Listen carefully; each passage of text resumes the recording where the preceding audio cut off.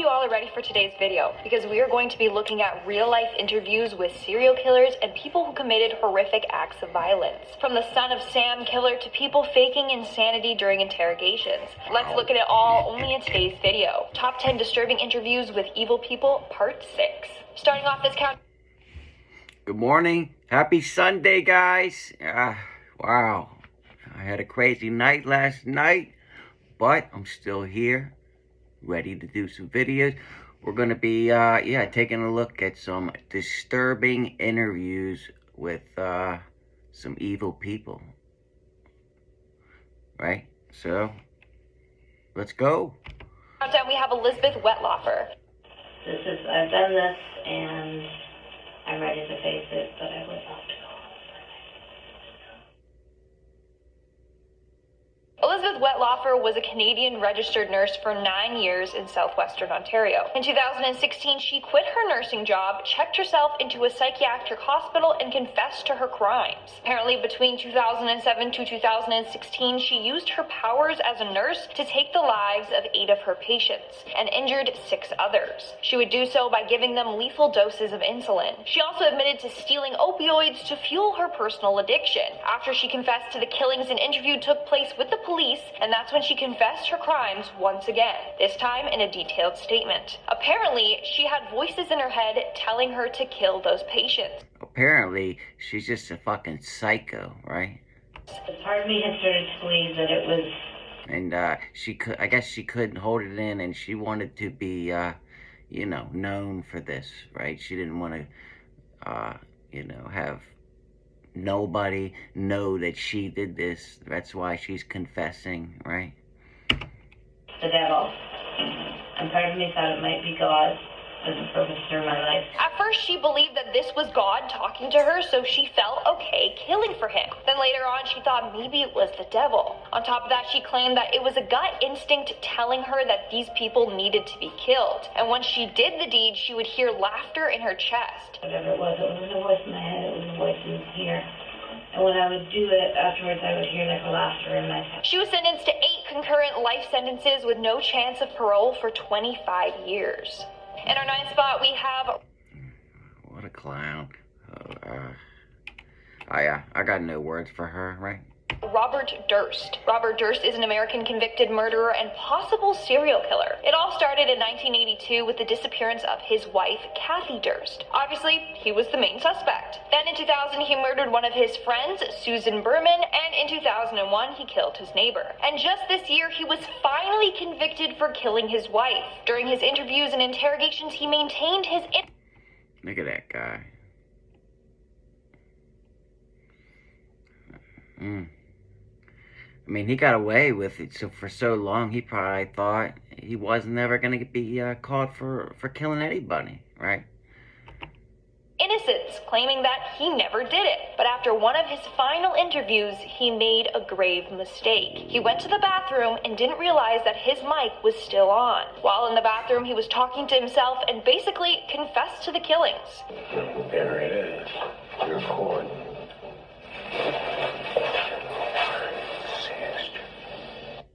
What a dumbass, right? Well, at least he got caught, right? Kill them all, of course. The interviewers... And why would you confess out loud like that? I mean, even I don't care if you think you're in the bathroom and you're by yourself or not. Who can? And he's in a public place. It's not like he's in his house in his bathroom, but still, I don't know, that's kind of weird to just be talking about your killing people out loud. But it's weird killing people in the first place for no reason, right? And yeah, some clowns. Were completely shocked by what they heard, and Robert was immediately arrested. In our 8th spot, we have Daniel Wozniak. Daniel Wozniak is a former community theater actor who in May of 2010 took the lives of 2 people. During that time, he was struggling financially. He was in debt and unemployed. Then when he heard that his friend Sam Herr had $62,000 from combat pay, he decided to kill Sam in order to steal his money. Then he ended up killing a woman named Julie Kabushi, a 23-year-old college student who was tutoring Sam. His plan was to make it seem like Sam killed Julie and then went on the run. But in the Good plan, you dumbass. end, he was caught. This video is from the police interrogation of Daniel. Here's him putting the blame on Sam. Opened the door, it was Sam. I'm like, hey, man, what's going on? Everything good? He's like, not good, we're in trouble. We need to get the out of here. And so we drove, he's like, there's a dead body in my apartment. He said he'd been doing some heavy drugs. He's like, I shot somebody. I was not happy about it. It was a fit of rage, and honestly, she had it coming. I said, Remember, he's had time to, rehearse this and come up with all these details before he's in this interrogation, right? But of course, the police weren't buying his story. It was all too convenient. Where's the gun, Sam? What did you do with the gun? I'm not Sam, my name's Daniel. I know, but that's what you were. Wasn't that what you were asking him? No, I have nothing to do with this because my life was in danger with my wife. And look, he's trying to raise his voice, act like, he's the victim. You're caught, buddy. Sorry. How was your life in danger? He threatened it. The 2 interrogators He threatened it. like a little child that didn't get a toy. could see through Daniel's act. In fact, they said it was as if he was putting on a theater show for them. In the end, Daniel did confess, but figured he might try and act insane in order to get off with lesser charges. Money and insanity. Money and insanity. Okay. In our 7th spot, we have patient number 18. Now, this has got to be one of the creepiest and mysterious clips on the internet. It's an interview featuring a man named Patient 18. This interview is filmed at a psychiatric hospital, and this man is there because he has schizophrenia. This tape is actually what schools use to teach their students about schizophrenia. Oh, I've seen this before. This guy has, it's called catatonic schizophrenia. I think a lot of people that watch YouTube have seen this guy. It's And the mind. But it's mysterious because we don't know much about this dude. Now, I just want to say, having schizophrenia or mental health issues does not make this guy an evil person. He's on today's list because apparently at the hospital he admitted to taking someone's life. and this was in like the 50s or 60s or something like that. Way back. This wasn't recent. Plus, he has a history of criminal behavior. Upon doing more research, this might be a man named Stephen E. Anyways, take a look at this interview. And what happened that ended up with your being here in the hospital? The psychiatrist decided that this was the situation for me. See, that is somebody that really has a severe mental disorder, right? I mean, it's easy to tell. Did he tell you why? No, the psychiatrist did not. Has anybody told you why?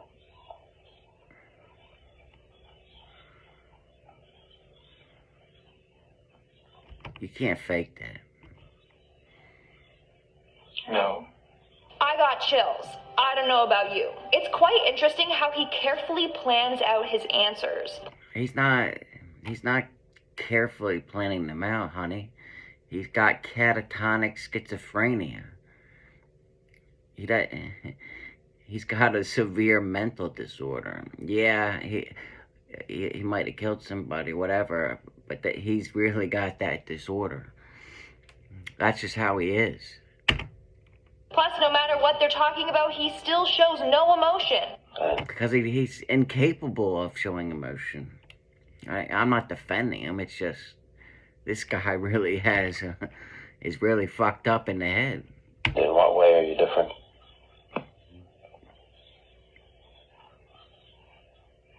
I am trying to do with my life something which few people try to do. It's not like he's smart and like planning out his answer, you know. He's just, he's not all there, you know. And this influences my thinking. I don't really get chills watching this because I don't think this guy even knows where he's at or what he's doing. I think he's just, he got dealt a severely bad hand in life. And consequently, my actions.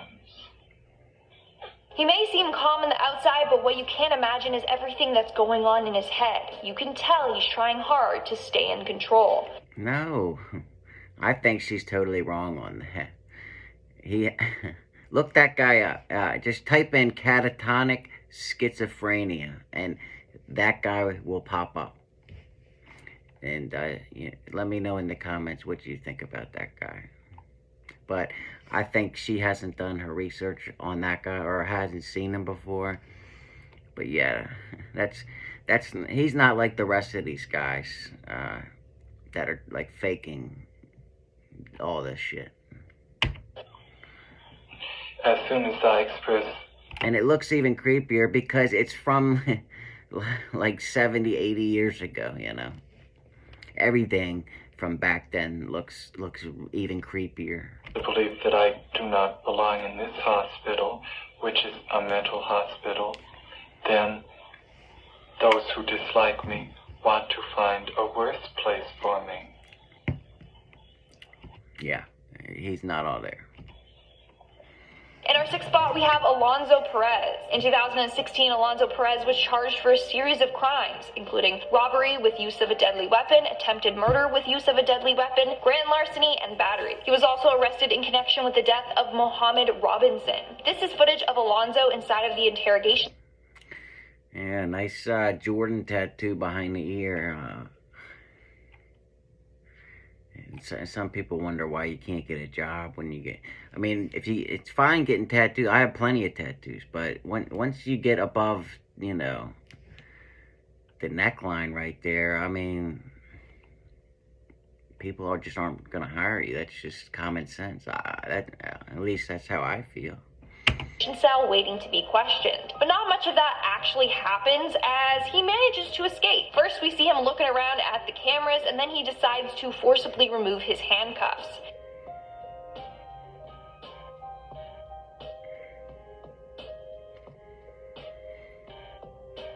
Now, he does manage to get them off, but he's not ready to leave yet. He hasn't thought of a plan. So he pretends that his handcuffs are still on, and he thinks of an escape plan. When he thinks of his plan, he gets up. Where's the cops? There's supposed to be at least somebody watching the camera. You know what I mean? For instances just like that. I mean, how do you let the guy sit there, break his handcuffs off, not see him, and then let him escape? Climbs up and escapes by crawling through the ceiling. He then drove away in a rental truck that someone left with the engine running. But don't worry, it was short-lived freedom because within days he was caught again. And it's still massive, you know, security failure. And I bet you that won't happen again, right? Put some bars on the windows, and if you're gonna leave the room unattended, make sure somebody's watching the camera. And you should probably put shackles on the legs too. That's another tip, pro tip from TrueCrimeKing. in more trouble. In the end, though, he did plead guilty to 3 murders. We're now at our 5th and halfway mark with Andre Chicatilo. Andre Chicatilo, otherwise known as the Butcher of Rostov, or the Rostov Ripper, was responsible for the deaths of 56 individuals. He would lure people that he met at bus stops or train stations away to remote... Good-looking guy, right? Looks like a nice fellow, right? If you saw that guy in a dark alley, you'd want to go up to him and talk to him, right? locations, and then he would murder them. Sometimes he would even eat certain parts of his victims. In this interview, what shocks a lot of people is the fact that everyone expects him to act like a monster. But in fact, he acts quite the opposite. He seems innocent, which is either an act or, you know, his true personality. Well, I mean, all these people that have committed these horrible crimes seem innocent. Look at Alex Murdaugh, right? I mean, look at Chris Watts until the interview where he confesses, right? People didn't know at first, right? So he keeps up the innocent act saying how he feels sorry, blah, blah, blah. But the act drops when he is asked one question. Now, the interview is in Russian, but I have the translation. So the interviewer asks him if he has ever thought about meeting his victims in heaven or hell. He answers with, and I quote, "No, I have never thought about that. Never. I feel like it doesn't bother me. I have never thought about it. I have already passed all rounds of hell in my life. I am already ready to pass away to the other world again." That right there is creepy, not gonna lie. In our fourth spot, Yeah, that is pretty creepy, but yeah, I mean, what are we gonna do about it, right? we have David Berkowitz, but you probably better know him as the son of Sam. He was a serial killer who took the lives of 6 individuals and wounded. This was a little before my time, but if you guys were alive during this, I would love to hear, like, how the country was, in fear, or what, how everybody was acting when this guy was at large. If you were alive during that time, please comment, let me know. Did 7 others in New York City for more than a year. He would typically target good-looking young women with long brown hair. As a result, a number of women were cutting their hair short or dyeing it blonde. He was eventually known as the son of Sam because he would leave letters near his victims' bodies, signing it off with that name. In the end, he was caught and claimed that his neighbor's dog was possessed by a demon, and that this... And I believe this dude had some severe mental problems as well. Like, not faking, like real. demon dog was the one telling him to kill these people. Wild, I know. Well, years later, he did this interview. He admits to being into Satanism and how it influenced him. Yeah. When you talk about Satan, what are you actually referring to? Well, many people may not really understand that, but there was a time I was so confused and so troubled that I was seeking meaning and purpose. I was seeking something, I don't know, as my life began to spin out of control. I mean, I had got involved in like Satanism, and I was reading the Satanic Bible. And he continues on talking about himself, but a lot of people believe he was just putting on an act the whole time, that he was trying to convince people that he's normal so that he would be released early. This is pretty common among serial killers. They love to manipulate people. But how does it feel to be here for 30 years knowing that this is going to be it? It's like, the expression, take one day at a time, and it's never easy, being incarcerated. I have no one to blame but myself. In our third spot, we have Michael Beaver. In July of 2015, 16-year-old Michael Beaver and his 18-year-old brother Robert took the lives of their parents and 3 siblings. They first attacked their sister. When she screamed, their mother ran out of the bedroom and they stabbed her over 50 times. Eventually, they worked their way around the house, killing their family members. It's a very scary and graphic case. Oh yeah, these 2 brothers killed their whole family. It's horrible case, ridiculous. In this interview, Michael completely confesses to everything to an officer. So he was buying weapons because you guys had talked about murdering. I mean, you can tell this guy's not all there either, and he's still a child, He started playing again. Okay. That you didn't want to do it? I didn't want to do it. I didn't, just because I didn't. But he's still lying to the cop. I mean, he knows he's lying. Okay. I have stabbed someone. Who did you stab? My younger brother, Christopher. Christopher. How old is Christopher? But I've seen this interview before. He leaves out, important information. He stabbed some other people that he left out. I don't know why he would admit to stabbing some, but not all. That's kind of weird. 9, I think. What did you stab him with? My knife. What's your knife look like? There's literally no emotion in his voice. And for being so young, he doesn't seem affected by this at all. But here's the thing. Well, trust me, he's gonna be affected by it. This guy was obsessed with other killers, and the police officer noticed this and kept prying.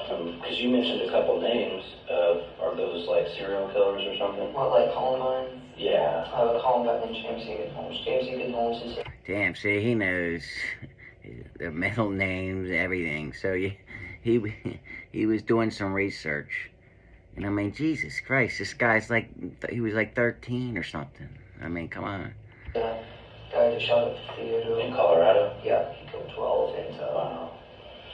How many were killed in Columbine? I mean, that's one of the downsides of the internet, I guess. You can, now these young kids can look up anything they want, right? I don't know. When I was 13, you know, the iPhone was like just coming out. I mean, you know, no, we had the Nextels, and it was just coming out. We couldn't get on the internet on our phones yet. Columbine, I don't know, like 15. Okay, I think. He knew the killer's first and last names and their kill count. No one just knows that information off the top of their head. Yeah, I know. So that's creepy. In our second spot, we have the BTK killer. Between the years of 1974 to 1991, American serial killer Dennis Rader took the lives of 10 individuals. In 2005, he was convicted for... All right, here's a test. If you already know the amount of, you know, people he's killed and the order he killed them in and that kind of shit, then that's a red flag. Unless you're studying him for some kind of, you know, educational purpose, then there's a red flag. For his crimes, and was sentenced to 175 years in solitary confinement without the possibility of parole. This video is Dennis's confession to killing Maureen Hedge. So I very carefully snuck into the house, kind of like a cat burglar. And after checking the house, she wasn't there. So about that time, the doors rattled. So I went back to one of the bedrooms and hid back there in one of the bedrooms. He then proceeded to talk about how he stayed in her house for hours until the next morning when he woke up and strangled her. No, I manually strangled her when she started to scream. So you used your hands? Yes, sir. And you strangled her? Did she die? That's creepy. He's just sitting in her house for hours while she's in there and doesn't know it, and then goes to sleep. That is so creepy. Yes. It's chilling seeing him talk so casually about all of this. And in our number one spot today, we have Sagawa. Never heard of this guy, but just looking at this dude, yeah, you can tell he's probably fucking crazy, right? たった指先ほどの小さな銃弾を放ったことによって様々な人たちを傷つけ、あるいは変えてしまう。 If you haven't heard of this case, then brace yourself, because it's a very dark and gruesome one. In 1981, Sagawa killed and ate a woman named Renee Hartfelt. Apparently, he always had a fantasy to eat a beautiful human. When he saw Renee, he knew she was the one. Okay, a red flag. If you have a fantasy that you want to eat anybody, let alone a beautiful woman, you may have a problem. Another pro tip from TrueCrimeKing. On June 11th, 1981, he invited her over, and then he shot her at the back of the neck and then ate her over the next 2 days. That's not even the worst part. The worst part is that he was never convicted of his crimes. He literally spent 2 days in jail, then was sent back to Japan, and then he became a celebrity there. He was so famous that he made a living through the public's interest. Okay, well, Japan, you're messed up. There's no other way to put that, right? You let this serial killer go, and now he's a celebrity, just rich. I mean, in his crime. Imagine that, literally becoming wealthy for killing someone. He's guilty, he's even admitted to it, but he never got penalized. Here are some disturbing moments from an interview with him. 多分もう一晩でも食事をルネとしていたら食べる対象には考えたことはない。自分の書いたシナリオ、ずっと前からそういうシチュエーションを考えて、どっから食べる、どうやって。 He's even writing books, I mean, cartoon. I guess this is how they, do their books or cartoons over there. Japan likes anime and all that crap. I've never really watched it or read it or whatever it is, but yeah. 全てこう頭の中にシナリオができてた。 He continues on, going into gruesome details about his murder and about another time that he attacked a different woman. I personally had a hard time sitting still watching this. It's just way too much. Alright guys, that's all for today's... Well, that's it guys. Hope you liked it. If you did, hit the like button for me. If you didn't, it's okay. You don't have to hit the like button. I will survive. And until next time, True Crime King, out.